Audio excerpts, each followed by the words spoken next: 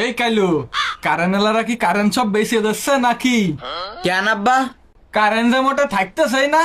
Current না থাকলে তো আরো ভালো। কেন? এই অন্ধকারে তো আমার আর পড়া লাগবে না।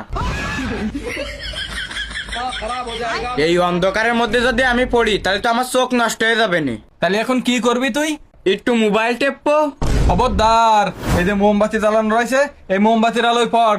তোর দাদা মোমবাতির আলোয় পড়িয়ে বিয়ে পাশ করিল। দাদা তো বিএ পাস করেছে, তুমি তো 5 পাসও করতে পারোনি। হেই, চুপ কর। এটা কারেন্ট আইছে, এবার পোল্টি বস। এ সীতাকুণ্ড পাহাড় খুব আব্বা, সীতাকুণ্ড পাহাড় মেলা উঁচু তো, এই জন্য অত বড় কারেন্ট উঠতে পারেনি, পকাত করে চলে গেছে। ফাইজলামি করিস নে, পোল্টি বস। এটা কারেন্ট চলে আইছে, পড়। আব্বা এ কারেন্ট থাকবেন না, আমি মোমবাতি লিবনের সাথে দিয়ে নে, আবার কারেন্ট চলে যাবে নি। আরে আজ যাবেন না, তুই পোল্টি বস দিন। দেখবা আব্বা, কারেন্ট এক্ষুনি বিড়ি খাতি চলে যাবে। 1 2 3।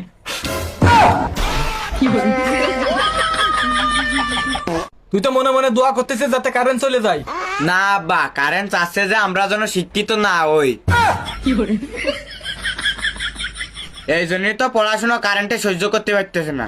যেই পোল্ট্রি বসতেছি সেই কারেন্ট চলে যাচ্ছে। আব্বা তাহলে আমি একটা কাজ করি। কি কাজ করবি? আমি পড়াশোনা বাদ দিয়ে খাটে পরে যে সে থাকি, তাহলে কি হবে? তাহলে এলাকার মানুষের উপকার হবে। কিরাম? কারণ আমি পোল্ট্রি বসলেই তো কারেন্ট চলে যাচ্ছে। এটা কারেন্ট আইছে, এবার পর মন দিয়ে। আব্বা আমি পোল্ট্রি বসবো না, পোল্ট্রি বসলে এলাকার মানুষের ক্ষতি। আর পোল্ট্রি না বসলি যে তোর ক্ষতি। তা একটু হলো এলাকার মানুষের জন্য আমি নিজেরে ত্যাগ করে দিছি। তুই পোল্ট্রি বসলি না? আচ্ছা আব্বা পোল্ট্রিছি।